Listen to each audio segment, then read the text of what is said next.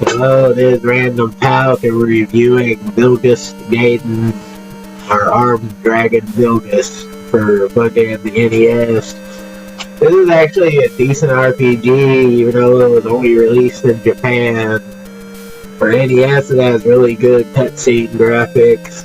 The music is decent, but the thing that makes it stand apart is fucking a fighting system.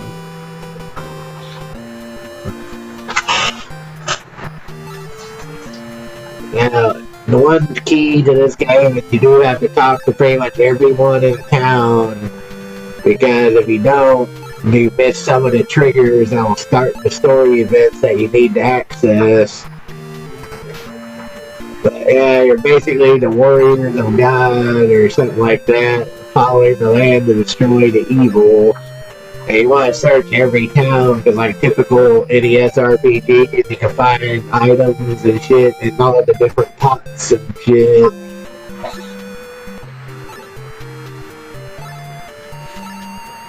Even though most of the time you find nothing. I would have really liked it if this game would have been released in America, because it's not a bad game.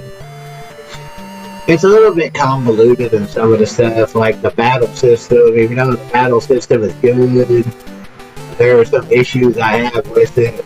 For one thing, it makes very little sense with the weird, wheel thing. But when you get into the fights, it's almost like playing Zelda 2 in the battles, because it just goes to a little side screen where you battle the fucking enemies. As you go through the game, you get various characters who all have their own abilities and skills.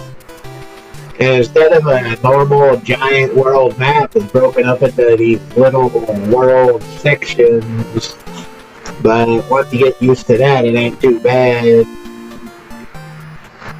But yeah, it's an excellent game for NES.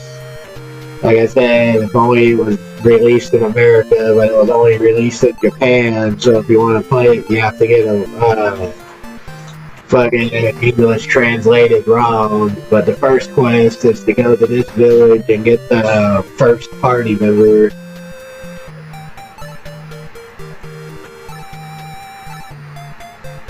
And later on, once you get a couple of team members and progress far enough into the game, you get to a blacksmith, which will also upgrade some of your weaponry.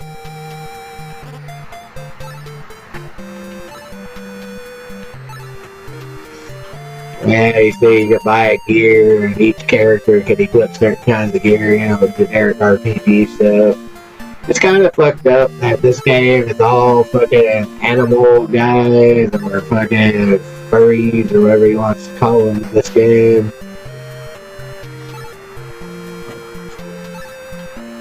Yeah, your first quest is to get Lucia from the forest, so she'll help you fight the wizard in the northern tower. In order to make her appear, you gotta talk to pretty much everyone in town to make sure you get the right trigger. But at this point, at the very start, I suggest you build up a few levels, because like in most RPGs, building up a few levels is very helpful. Especially in this game, because in this game, the shit can get hard pretty quick.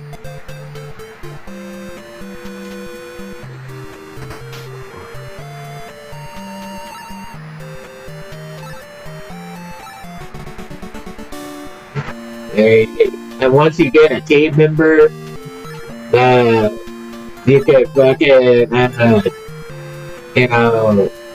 fucking switch your lineup, because you kind of rotate, and instead of everyone battling at once, you pretty much battle one-on-one with the enemy groups, and you can change your formation, so you can change the order of the rotation. Yeah, careful those slimes, they can poison like they just did me because I hit the wrong button. But yeah, you see, it's always a one-on-one battle, which I actually kind of like. And depending on the character, they can learn spells and other bullshit that would make them a lot more capable at their fighting. Yeah, just don't jump into the enemy at random like that, because it'll be stupid shit.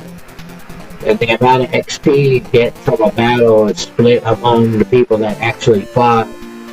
So if a guy on your team doesn't do any of the fighting, he doesn't get any of the XP. Only the guys that participate in the combat will get XP. And just like any RPG, you want to stay at the end, but the ends can get expensive if you're not careful. But it's worth checking out. I played it all the way through to the end before. I don't recall if I ever actually beat the last boss, but I have made it to the end of this game at one time. And it gets pretty complicated on the shit you gotta do way later on. But if you like RPGs or just some obscure random RPG that you've never heard of, this game was definitely one worth checking out.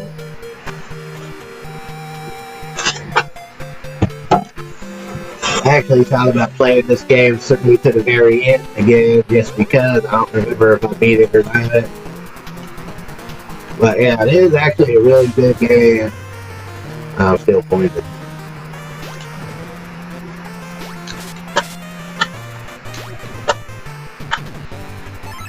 And to use magic, you gotta go to your menu during the fight and equip your magic spells. Same with items, you have to equip the item for use in combat so you can use it in combat. Otherwise, it's just useless and sitting in your inventory. So you gotta remember that, especially when you're playing one of the guys that's nothing but caster. Your magic is useless unless you equip it. And yeah, don't jump into fucking enemies like that.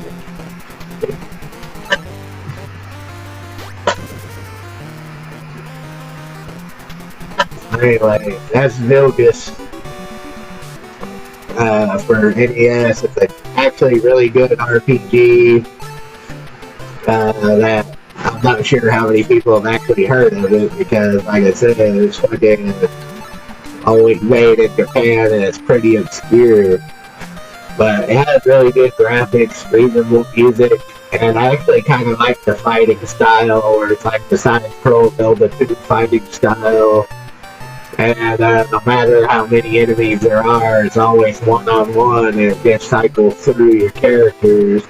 So you want to make sure all your characters are built up, otherwise you're going to have a hell of a time later. So you want to make sure everyone's maxed out at every town.